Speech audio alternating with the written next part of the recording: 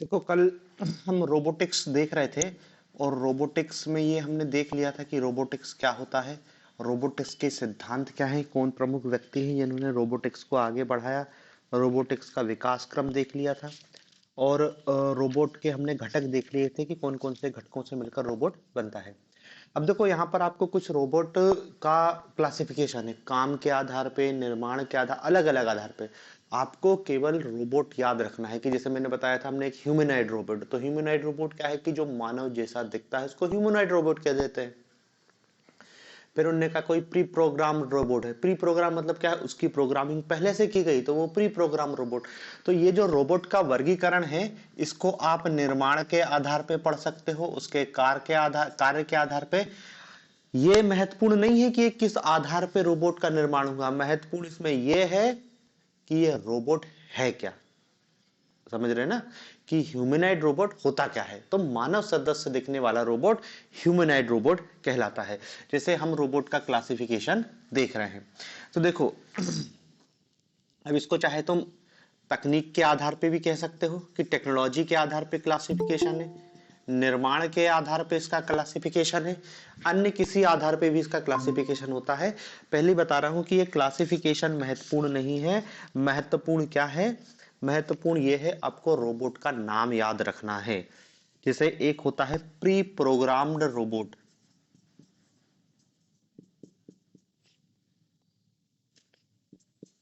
Pre programmed robot.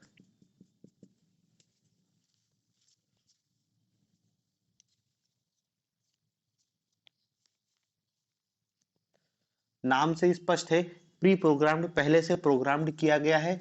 ये हम नियंत्रण में रहेगा रोबोट, मतलब ये स्वायत्त नहीं है कि अपनी मर्जी से कुछ कर ले। इसका जो भी इसका संचालक होगा वो उसको ये पूरी तरीके से नियंत्रित करेगा। और ये प्री प्रोग्राम रोबोट केवल एक कार्य करने के लिए बनाया जाता है, केवल किसी विशेष कार्य के लिए,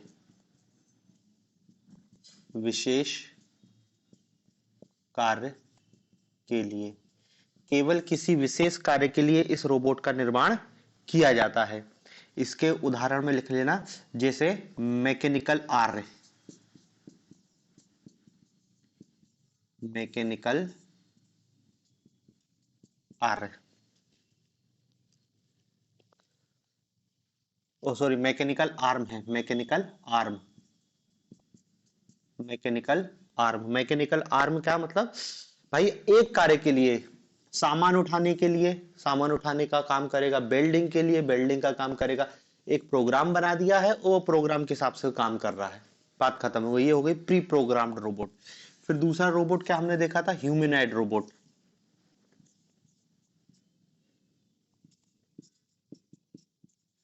ह्यूमनॉइड रोबोट, ह्यूमनॉइड रोबोट क्या है, जो रोबोट मानव की तरह दिखता है, मानव की तरह दिखता है और मानव की तरह कार्य करने में सक्षम है।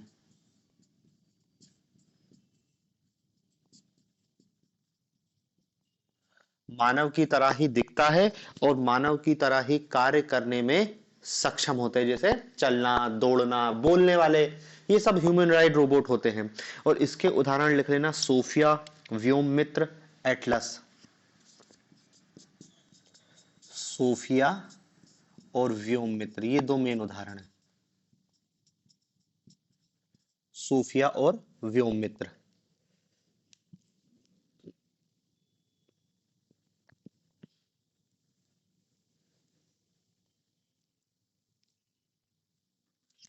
फिर तीसरा रोबोट का एक और नाम देखने को मिलता है जिसको कहते हैं हम ऑटोनॉमस रोबोट, स्वायत्त रोबोट,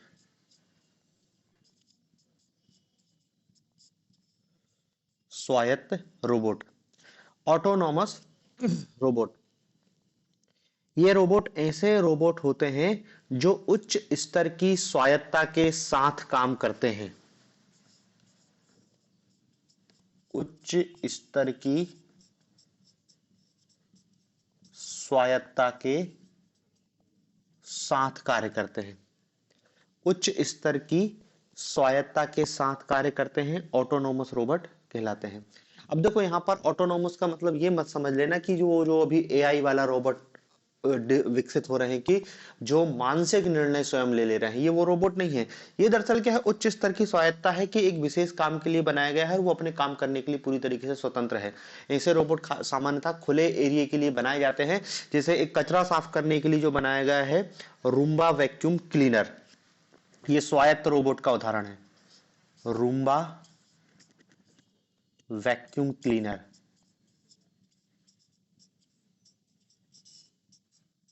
साफ सफाई, झाड़ू झाड़ू लगाने वाला रोबोट है, इतनी बड़े डिस्क टाइप का है, उसको कमरे में छोड़ दो, बस आपका काम खत्म हो गया। उसको ऑन करके छोड़ दिया, अब उसको जहां जहां जगह मिलेगी जाने की, वो पूरी जगह के कचरे को क्या है, वैक्यूम, जैसे वैक्यूम क्लीनर साफ करता है ना, वैसे कर देगा। आपको उसमें कोई हस्तक्षेप नहीं करना, इसलिए इसको कह रहे हैं स्वायत्त रोबोट, कि वो अपना काम स्वयं कर ले रहा है। मतलब आप, एक तो ये हो सकता है कि आपके हाथ में रिमोट कंट्रोल हो और उस रिमोट कंट्रोल से आप उस एक वैक्यूम क्लीनर की जो मशीन है उसको आगे पीछे कर रहे हो, तो वो स्वायत्त नहीं होगा। यहां पे क्या है, वो पूरी तरीके से स्वायत्त है, आपको केवल स्टार्ट करके उसको कमरे में छोड़ दिया। अब कमरा आपको खाली रखना पड़ेगा और पूरे कमरे को वो साफ कर देगा। तो ऐसे रोबोट को हम कहते हैं स्वायत्त रोबोट, और इसका उदाहरण है रूम्बा वैक्यूम क्लीनर।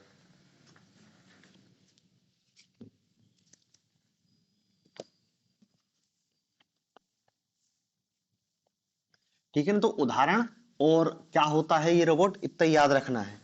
फिर एक और है tele operated robot. Tele operated robot, tele operated robot.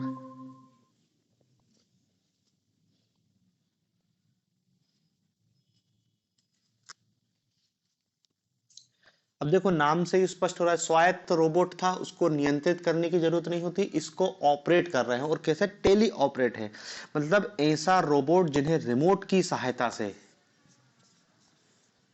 जिन्हें रिमोट की सहायता से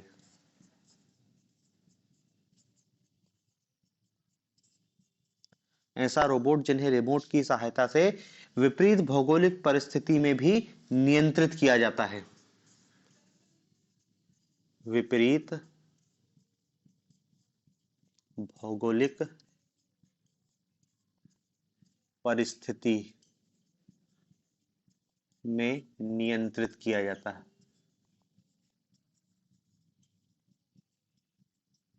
विपरीत भौगोलिक परिस्थितियों में नियंत्रित किया जाता है।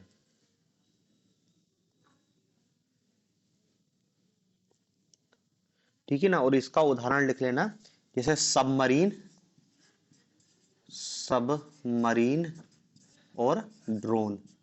ड्रोन तो अपन देख ही रहे हैं, शादियों में शूटिंग हो रही है ड्रोन से, ड्रोन कैमरा जिसकी सहायता से। तो इस ड्रोन का बहुत जगह उपयोग होता है, हमने कैमरा लगा दिया तो ड्रोन कैमरा हो गया, इसी में आप बम बांध के फेंक सकते हो, और बड़े स्तर पर आता है ये। तो ये टेली ऑपरेटेड होता है, मतलब नीचे रिमोट कंट्रोल से इसको ऑपरेट करते हैं, तो ये टेली ऑपरेटेड होता है, और ये कठिन परिस्थिति में काम करने के लिए, विपरीत भौगोलिक परिस्थितियों में काम करने के लिए इन रोबोट को बनाया जाता है।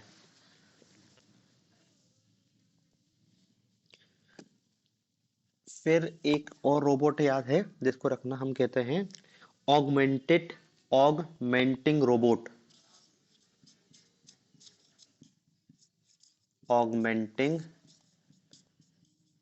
रोबोट, ऐसे रोबोट होते हैं जो मनुष्य की कार्य क्षमता में वृद्धि करते हैं। मनुष्य की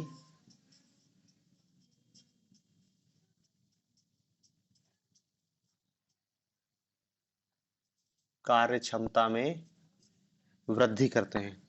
ऐसे रोबोट होते हैं जो मनुष्य की कार्य क्षमता में वृद्धि करते हैं। ऑगमेंटेड रोबोट, या हिंदी में ऑगमेंटिंग ही याद रखना, नहीं तो इसको संवर्धित रोबोट भी कहते हैं। संवर्धित रोबोट जो मनुष्य की काम करने की क्षमता में वृद्धि करते हैं। अब देखो काम करने की क्षमता में जैसे क्या होते हैं, जो कृत्रिम अंग आते हैं, जिसको हम कहते हैं एस्थेटिक, प्रोस्थेटिक, एक कृत्रिम अंग, कृत्रिम अंग ये भी आजकल रोबोट की तरह आने लगे हैं। तो ये क्या कर रहे हैं, मानव की कृत्रिम क्षमता में वृद्धि करते हैं। और भी बहुत सारी जो भी ऐसी चीजें होंगी जो मानव की क्षमता में वृद्धि कर रहेगी, उनको हम ऑगमेंटेड रोबोट कहेंगे। Humanoid robot, augmented robot, pre programmed robot, स्वायत्त रोबोट, टेली ऑपरेटेड रोबोट। फिर है पहिए वाले रोबोट। पहिए वाले रोबोट, पहिए वाले रोबोट मतलब क्या है, जिनमें काम करने के लिए पहिए लगे होते हैं, तो उनको पहिए वाले रोबोट कह देंगे। कार्य करने के लिए पहिए या सेंसर लगे होते हैं, पहिए या सेंसर लगे होते हैं। कार्य करने के लिए पहिए या सेंसर लगे होते हैं, तो उन्हें पहियों वाला रोबोट कहते हैं। अब उसमें भी है, एक पहिए वाला है, दो पहिए वाला, उसमें अपन को जाने की जरूरत नहीं है। इसके बस उदाहरण याद रख लेना। इसका एक उदाहरण है स्कार्ब, SCRAB, SCRAB, स्क्राब एक ये उदाहरण है। और SEIKO,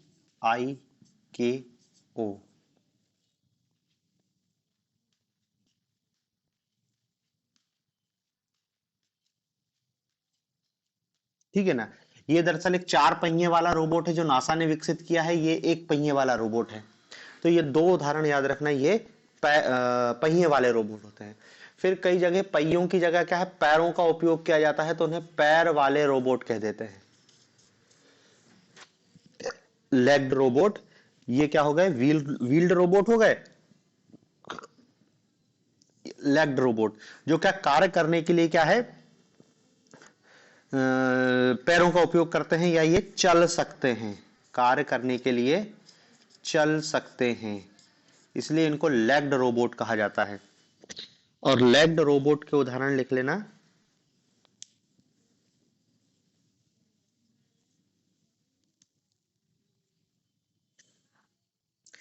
होंडा द्वारा निर्मित है, ASIMO,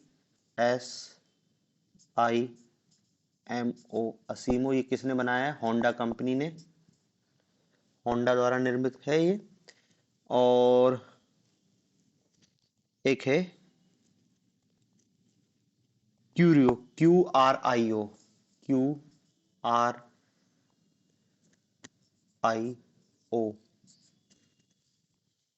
ये सोनी कंपनी ने बनवाया है, पैर वाला रोबोट है ये दोनों। ये इस टाइप के रोबोट को हम, एक शब्द यूज होता है जिसको वाइप्ड रोबोट कहते हैं, ये सब वाइप्ड रोबोट के उदाहरण हैं, वाइप्ड रोबोट। ये क्या है, मनुष्य जैसे दिखते हैं और चलते फिरते हैं, इसलिए इनको वाइप्ड रोबोट कहते हैं। होंडा का असीमो और क्यूरो सोनी का।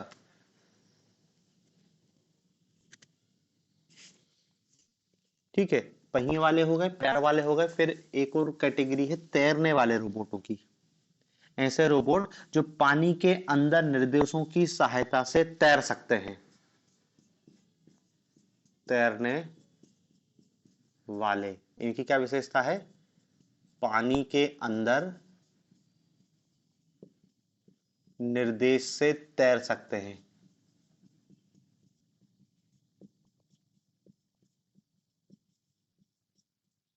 पानी के अंदर निर्देशों से तैर सकते हैं। और इसका उदाहरण लिखना, पेस्टोफिश, पेस्टो फिश, ये इसका एक उदाहरण है। और है PACS web, PACS web glider, PACS web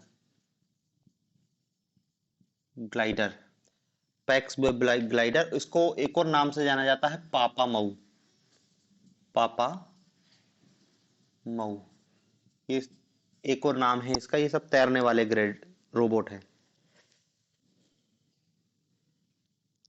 फिर एक उड़ने वाला रोबोट आता है, उड़ने वाला रोबोट, जो उड़ने में सक्षम होते हैं। और इसके उदाहरण लिखना, एयर पेंगुइन, एयर पेंगुइन, दूसरा है एयर रे है, एयर रे,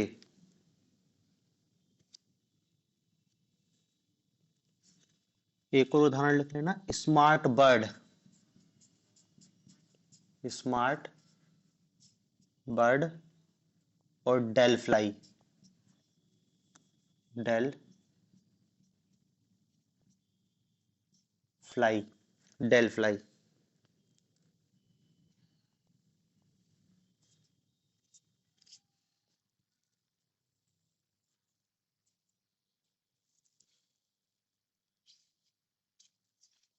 ठीक है ना, ये उड़ने वाले रोबोट होते हैं। और देखो एक शब्द यूज होता है, unmanned aerial vehicle, UAV, UAV, ये शब्द आपको बहुत सुनने में मिलेगा, अनमैन्ड एरियल व्हीकल। ये दरअसल क्या है, एक टाइप के ड्रोन होते हैं, इनको ड्रोन कह लो या उड़ने वाले रोबोट कह लो। ये जो ड्रोन रोबोट है ना, ये इस कैटेगरी में आते हैं। जो हम ड्रोन चला रहे हैं, कैमरे वाले ड्रोन है या ड्रोन रोबोट कह रहे हैं, वो क्या है, यूएवी की श्रेणी में आते हैं। अनमैन्ड एरियल व्हीकल, ये मतलब क्या है, बिना मानव की सहायता से उड़ने वाले रोबोट हैं, यूएवी के नाम से जाने जाते हैं। तो देखो ये अलग अलग आधार पे अलग अलग रोबोट हैं। अब क्या है कि देखो कई बार सिर्फ नाम, जैसे आकार के आधार पे भी रोबोट का वर्गीकरण किया गया है कि भाई एक माइक्रो रोबोट है, माइक्रो रोबोट मतलब बहुत सूक्ष्म रोबोट, फिर और उससे छोटा रोबोट हो जाएगा तो उसको नैनो रोबोट कहेंगे। ये सब आकार के आधार पे है, इनका नाम उदाहरण याद रखने की कोई जरूरत नहीं है। हाँ, बस एक शब्द याद रखना, इसको न्यू बोट्स कहते हैं। ये भी एक टाइप का रोबोट्स है, न्यू बोट्स, न्यू बोट्स। इसका फुल फॉर्म होता है nucleic acid robot, nucleic acid robot. ठीक है ना, ये देखो ये भी दरअसल क्या है, एक टाइप के नैनो रोबोट हैं। लेकिन ये नैनो रोबोट कैसे हैं, ये कार्बनिक आणविक मशीनें हैं, मतलब नैनो स्तर पर अत्यधिक छोटी, जिसको हम क्या कह सकते हैं, आणविक, कार्बनिक आणविक रोबोट, कार्बनिक आणविक रोबोट नैनो स्तर के हैं, डीएनए पे काम कर रहे हैं, इस स्तर पर काम कर रहे हैं। तो ये न्यूबोट्स का नाम याद रखना है कि न्यूबोट्स क्या होता है।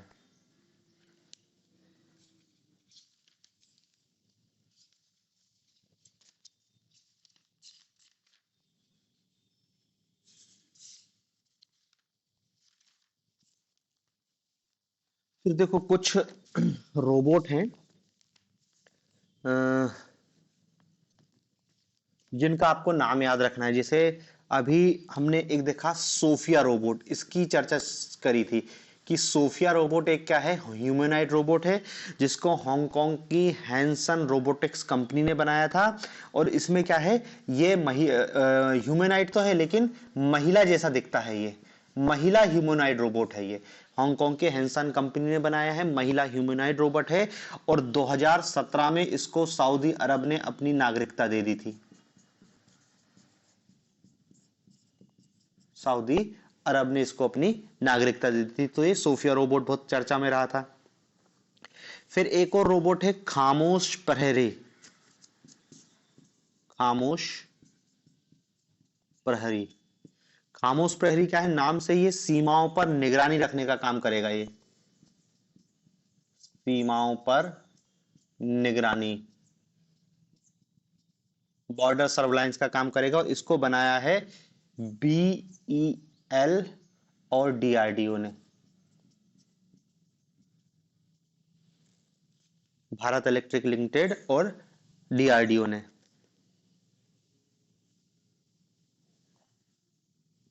फिर एक रोबोट है ब्रावो, ये भारत का पहला औद्योगिक रोबोट है। भारत का पहला औद्योगिक रोबोट। और इसको बनाने वाला कौन है? ये टाटा ग्रुप ने बनाया है इसको। टाटा ग्रुप, भारत का पहला औद्योगिक रोबोट ब्रावो। फिर है मानव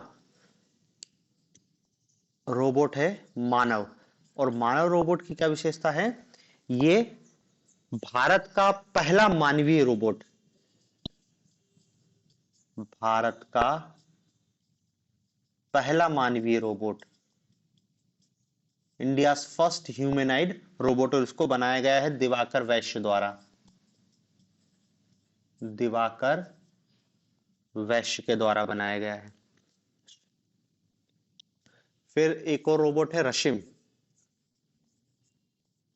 इसको बनाया है, ये विश्व का पहला हिंदी भाषी रोबोट है। हिंदी भाषी रोबोट, विश्व का पहला हिंदी भाषी रोबोट। और इसको बनाया है रंजीत श्रीवास्तव ने।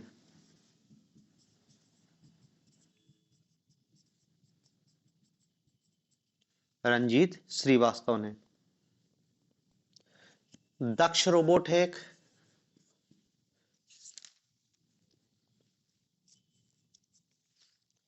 ये क्या करता है? ये डीआरडीओ ने बनाया है और विस्फोटक की पहचान करने में सक्षम है। विस्फोटक की पहचान करने में सक्षम।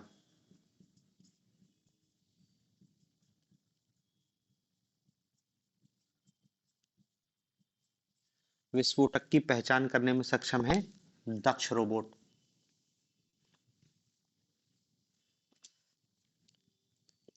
राडा रोबोट का नाम है। और राडा क्या है? दिल्ली एयरपोर्ट पर सामान्य जानकारी। ये कहां पे स्थित है? दिल्ली एयरपोर्ट पर।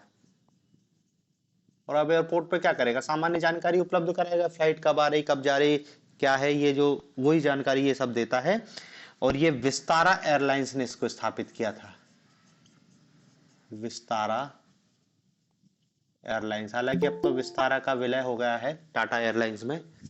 तो ये विस्तारा एयरलाइंस ने इसको दिल्ली एयरपोर्ट पे स्थापित किया था। लक्ष्मी भारत का पहला बैंकिंग रोबोट है। भारत का पहला बैंकिंग रोबोट। भारत का पहला बैंकिंग रोबोट। और इसको सिटी यूनियन बैंक तमिलनाडु ने स्थापित किया था। City union bank Tamil Nadu. City union bank Tamil Nadu ने स्थापित किया था। फिर रोवर प्रज्ञान को तो जानते ही हैं। रोवन प्रज्ञान, ये इसरो के द्वारा स्थापित किया था। एआई आधारित भारत का रोबोट था चंद्रयान 2 के लिए। चंद्रयान 2 के लिए था, इसरो के द्वारा स्थापित। फिर चतुर्बोट। चतुर्बोट, ये चतुर्बोट क्या है? ये चतुर्बोट है दृश्य सेंसर वाला रोबोट। दृश्य सेंसर वाला रोबोट। और इसको विकसित किया है डीआरडीओ और सीआईआर ने। डीआरडीओ और सी ए आई आर। अभी सी आई आर क्या है, अभी आगे इसका फुल फॉर्म बताऊंगा। एक संस्था है रोबोटिक्स से संबंधित भारत की। फिर एक और है गरुड़। गरुड़ रोबोट।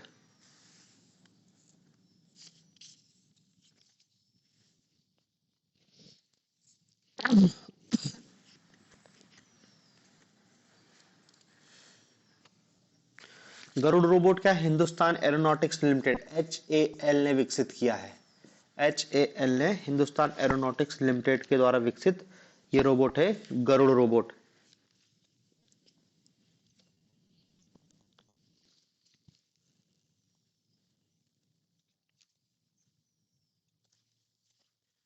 फिर है एक ड्रोन भीम।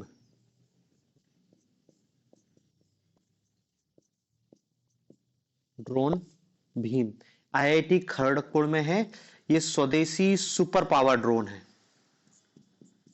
स्वदेशी super power drone IIT Kharagpur में इसका निर्माण किया गया है। फिर है एटलस रोबोट। ATLAS। ये डीआरडीओ ने बनाया है आग में फंसे व्यक्तियों की सहायता के लिए। आग में फंसे व्यक्तियों की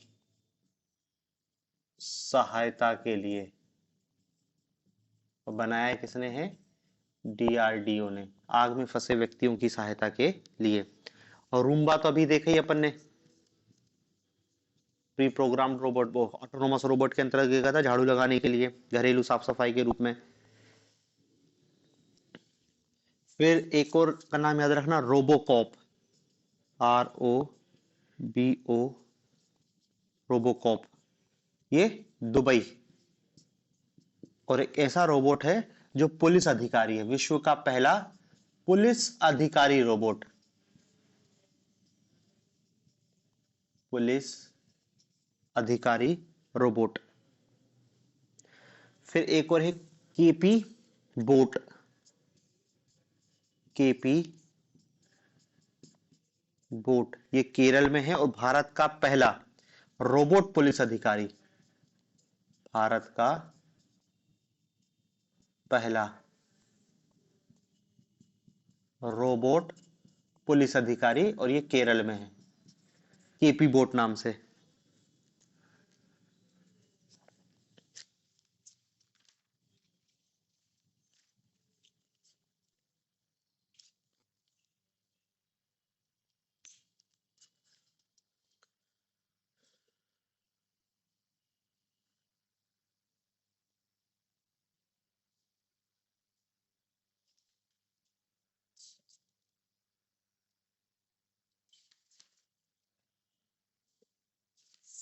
ठीक है। इतने रोबोट के आपको नाम और काम याद रखने हैं। बाकी देखो एक क्वेश्चन ये भी आ सकता है खासकर, दरअसल क्या है, भारत में दो संस्थाएं हैं। एक तो इसरो, इसके द्वारा विकसित रोबोट, और डीआरडीओ के द्वारा विकसित रोबोट, क्योंकि दो संस्थाएं हैं जो सबसे ज्यादा रोबोटिक्स पे काम कर रही हैं। तो देखो इसरो ने क्या बनाया है, इसरो ने एक बनाया है व्योम मित्र। व्योम मित्र। व्योम मित्र पहले ही बताया, ये एक ह्यूमनाइड रोबोट है, अर्ध मानवीय महिला रोबोट। अर्ध मानवीय महिला रोबोट, इसरो द्वारा विकसित अर्धमानवीय महिला रोबोट, जो गगनयान मिशन हेतु विकसित की गई है। गगनयान, अंतरिक्ष में मानव को भेज रहे हैं तो उसके पहले ही व्योम मित्र को भेजेंगे, वो ठीक ठाक आ जाएगा जब भेजेंगे। फिर दूसरा इसने लैंडर विक्रम बनाया है। लैंडर विक्रम, प्रज्ञान रोवर, ये सब क्या है, इसरो के द्वारा विकसित हैं। ये दोनों चंद्रयान 2 के घटक थे। फिर डीआरडीओ मेन संस्था है, डीआरडीओ, इसके द्वारा विकसित, इसके भी हमने अभी नाम लिख लिए हैं। एक खामोश प्रहरी है, खामोश प्रहरी। दूसरा दक्ष, काम तो अब भी लिख लेना, खामोश प्रहरी सीमा निगरानी करेगा, दक्ष विस्फोटक की पहचान करेगा। फिर है एक नेत्रा, NETRA,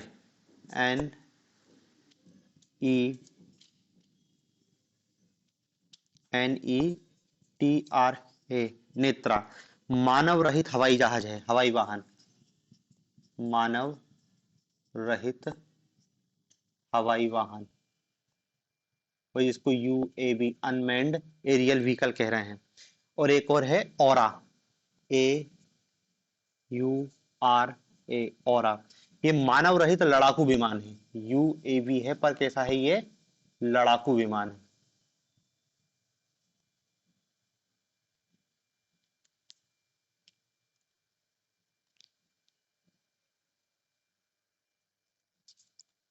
ठीक है ना। तो देखो इसरो और डीआरडीओ के द्वारा विकसित रोबोट।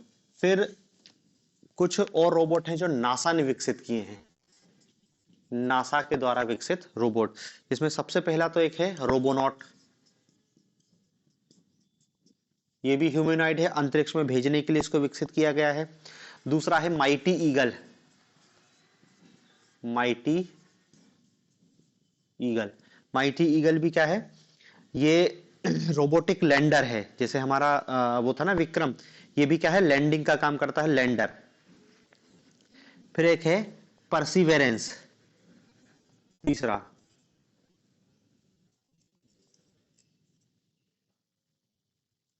प्रिसवेरेंस, ऐसा परसिवेरेंस कहते हैं।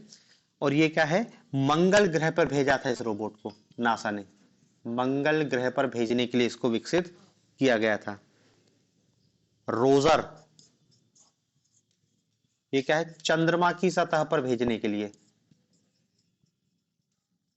चंद्रमा की सतह पर भेजने के लिए। इतना ही बहुत है बस।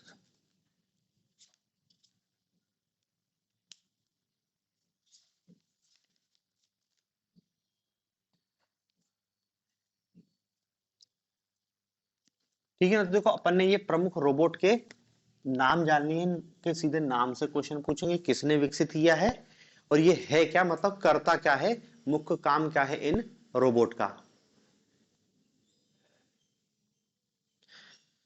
अब देखो हमको एक दो संस्था का नाम याद रखना है जो भारत में रोबोटिक्स से जुड़ी हुई है, भारत की संस्थाएं जो रोबोटिक्स से जुड़ी हुई हैं।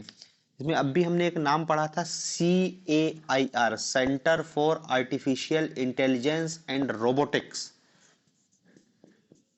Centre for artificial intelligence.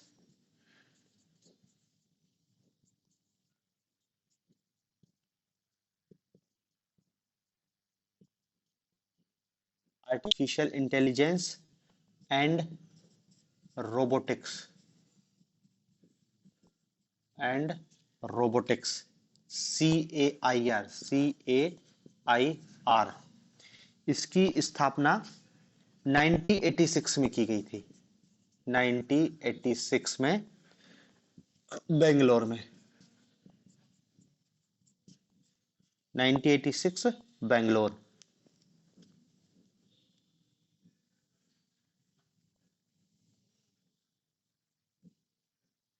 ठीक है ना। और ये है क्या, ये एक प्रयोगशाला है जिसका काम क्या है, इस प्रयोगशाला का काम है डीआरडीओ, डीआरडीओ की रक्षा सूचना एवं डीआरडीओ की रक्षा सूचना एवं संचार तकनीक के विभिन्न क्षेत्रों में शोध करना है, तकनीक के विभिन्न क्षेत्रों में शोध। मतलब देखो डीआरडीओ की एक विंग के रूप में है कि डीआरडीओ के लिए सूचना संचार और तकनीक के विभिन्न क्षेत्रों के लिए ये रिसर्च का काम करेगी, CAIR, centre for artificial intelligence and robotics.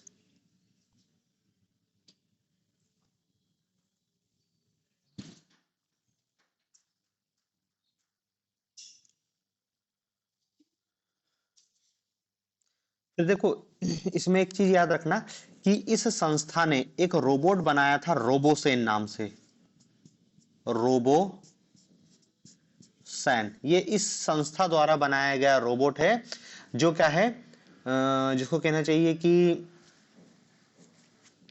सशस्त्र सेनाओं के लिए काम करता है, सशस्त्र सेना के, मिलिट्री पैरामिलिट्री इन सब के लिए कार्य करता है रोबोसेन।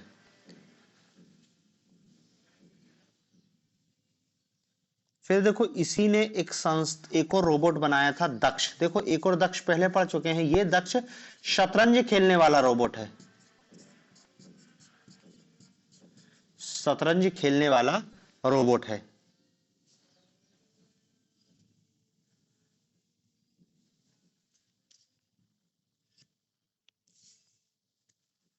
बस इतना ही याद रखना है इसके संदर्भ में, ये एक संस्था है 1986 में स्थापित की गई है और ये डीआरडीओ के लिए उसकी रिसर्च विंग के रूप में काम करती है। फिर एक और है all India council for robotics and automation. All India council, all India council for robotics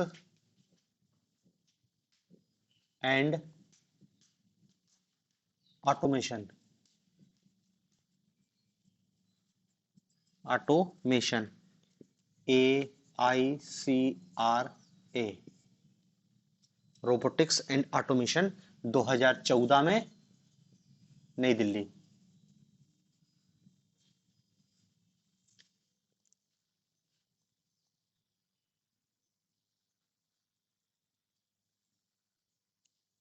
ठीक है। फिर भारतीय रोबोटिक्स समुदाय, ये अलग संस्था है, भारतीय रोबोटिक्स 2014 नई दिल्ली में, 2014 नई दिल्ली। भारतीय रोबोटिक्स समुदाय 10 जुलाई 2000 RSI, 10 जुलाई 2011। ठीक है ना, रोबोटिक्स क्षेत्र में विकास के लिए। और ये जो भारतीय रोबोटिक्स संस्था है, ये प्रत्येक 2 वर्ष में एडवांस इन रोबोटिक्स का आयोजन करती है, एडवांस इन रोबोटिक्स का आयोजन करती है, AIR का आयोजन करती है। कब? प्रत्येक 2 वर्ष के बाद, प्रत्येक 2 वर्ष के बाद एडवांस इन रोबोटिक्स का आयोजन किया जाता है। और 2023 का ये 6वां सम्मेलन हुआ था रोपड़ रूपनगर में, रोपड़ के रूपनगर में।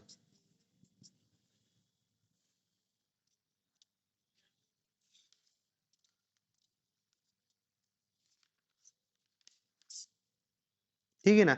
बाकी देखो, डीआरडीओ तो जानते ही हैं कि डीआरडीओ भी रोबोट का निर्माण कर रही है, लेकिन डीआरडीओ का तो मूल काम डिफेंस रिसर्च एंड डेवलपमेंट ऑर्गेनाइजेशन है, उसको तो अपन अलग पढ़ते हैं। तो वो भी रोबोटिक्स का निर्माण कर रही है। रूपनगर,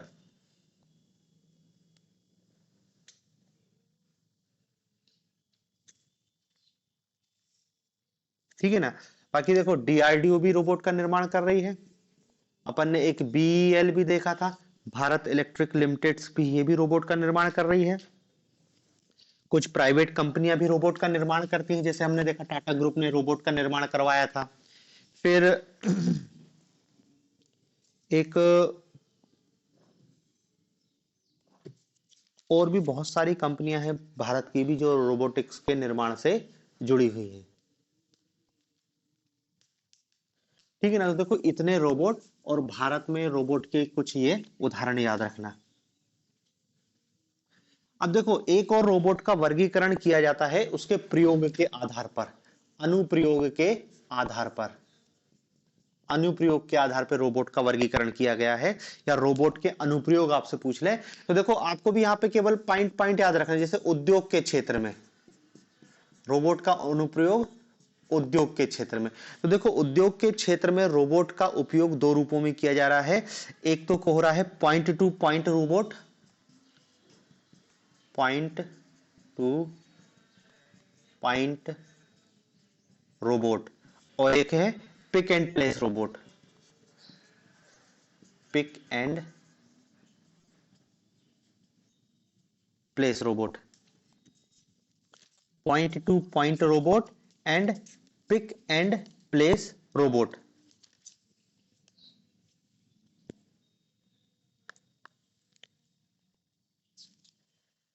देखो, नाम से उनका स्पष्ट है, पिक एंड प्लेस रोबोट। ये मूल रूप से क्या है, वेल्डिंग करने के काम में इसका उपयोग लिया जा रहा है, वेल्डिंग करने के काम में, और पिक एंड प्लेस वस्तु को एक जगह से उठाकर दूसरे जगह लगने के लिए। तो इंडस्ट्रियल एरिया में ये दो टाइप से रोबोटिक्स का उपयोग हो रहा है। फिर चिकित्सा के क्षेत्र में, चिकित्सा के क्षेत्र में, तो चिकित्सा के क्षेत्र में एक है रीबा, रोबोटिक नर्स, RIBA। ये क्या है? रोबोटिक्स नर्स है जो मरीजों की देखभाल करने का काम करती है। और एक है cyber knife robot, SYBER, cyber knife robot. और ये क्या करता है? रेडियो सर्जरी,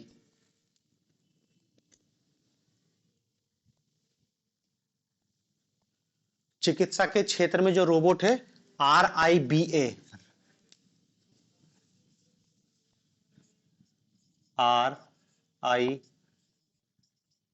ये दरअसल क्या है?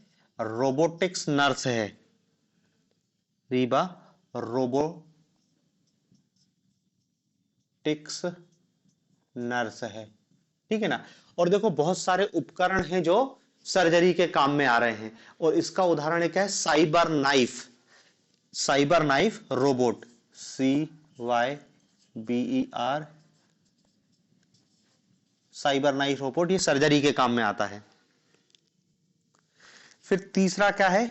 आपदा प्रबंधन के क्षेत्र में रोबोट का उपयोग। आपदा प्रबंधन के क्षेत्र में, आपदा प्रबंधन मतलब आग बुझाना, सुनामी, इस टाइप के कामों के लिए। और इस कामों के लिए एटलस रोबोट है, ATLAS, जो DRDO ने विकसित किया है। आपदा प्रबंधन, आग में फंसे व्यक्तियों को ये बाहर निकालने का काम करता है एटलस रोबोट, DRDO द्वारा विकसित है। फिर रक्षा क्षेत्र में उपयोग, रक्षा क्षेत्र में भी रोबोटिक्स के बहुत उपयोग हैं। अभी हमने इसमें नाम देखा, एक तो खामोश प्रहरी रोबोट है, खामोश प्रहरी रोबोट है। हाँ तो लिखो ना, दक्ष रोबोट, बम का पता लगाने के लिए, खामोश प्रहरी सीमाओं की निगरानी के लिए। फिर अंतरिक्ष क्षेत्र में आप जान ही रहे हो, माइटी ईगल है, प्रज्ञान रोवर है। अंतरिक्ष में हमारा प्रज्ञान रोवर, लैंडर विक्रम, नासा का है spider not, Robonaut, mighty eagle,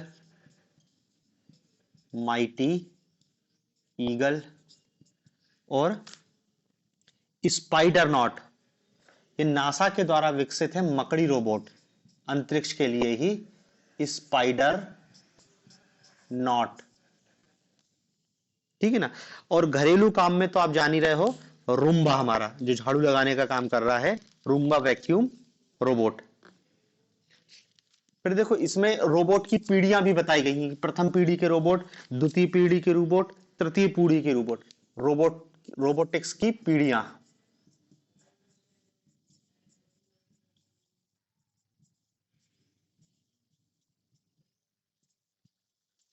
robotics की पीढ़ियां।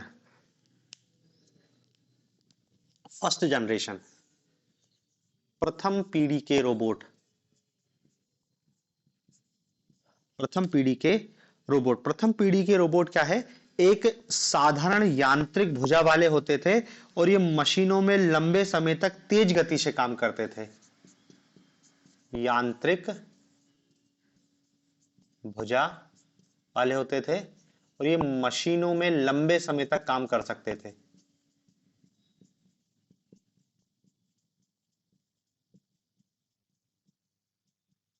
मशीनों में लंबे समय तक काम करते हैं। फिर आती है सेकेंड जनरेशन, द्वितीय पीढ़ी के रोबोट। द्वितीय पीढ़ी के रोबोट में क्या है? मशीन बुद्धि वाले होते थे।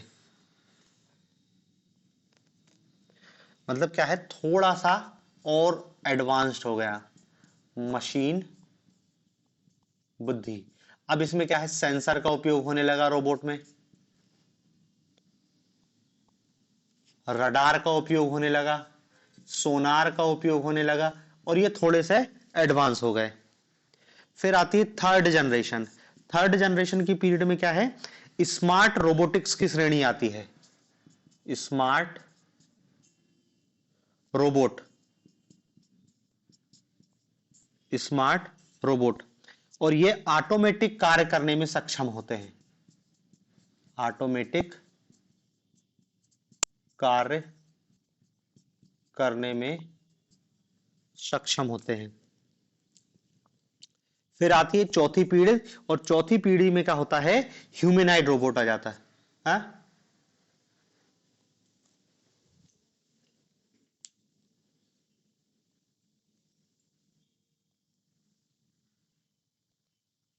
फोर्थ जनरेशन है, उसमें क्या है, ह्यूमैनॉइड रोबोट, मानव सदृश, आ तो रही है भाई,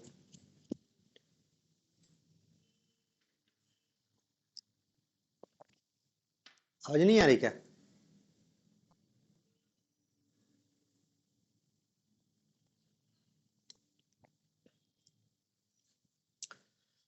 ठीक है ना, चौथी पीढ़ी में मानव जैसे रोबोट आ जाते हैं, और रोबोट की जो पांचवी पीढ़ी है वो एआई पर आधारित है, आर्टिफिशियल इंटेलिजेंस पर आधारित। ठीक है ना, जैसे सोफिया रोबोट है। तो देखो ये रोबोटिक्स की 5 पीढ़ियां हैं। प्रथम पीढ़ी में केवल यांत्रिक भुजा होती थी और मशीन पर लंबे समय तक काम करने के लिए उपयोग लाते थे। द्वितीय पीढ़ी में मशीन बुद्धि आई, तीसरी पीढ़ी में स्मार्ट हुआ रोबोट, चौथी पीढ़ी वाला ह्यूमैनॉइड रोबोट, और पांचवी और अंतिम पीढ़ी जिसको हम क्या कह रहे हैं, एआई, आर्टिफिशियल इंटेलिजेंस आधारित रोबोट। ठीक है ना, तो ये देखो रोबोटिक्स वाला चैप्टर भी अपना कंप्लीट होता है। इसमें अब अंतिम चैप्टर अपना बचेगा आर्टिफिशियल इंटेलिजेंस, उसको अपन कल देखेंगे।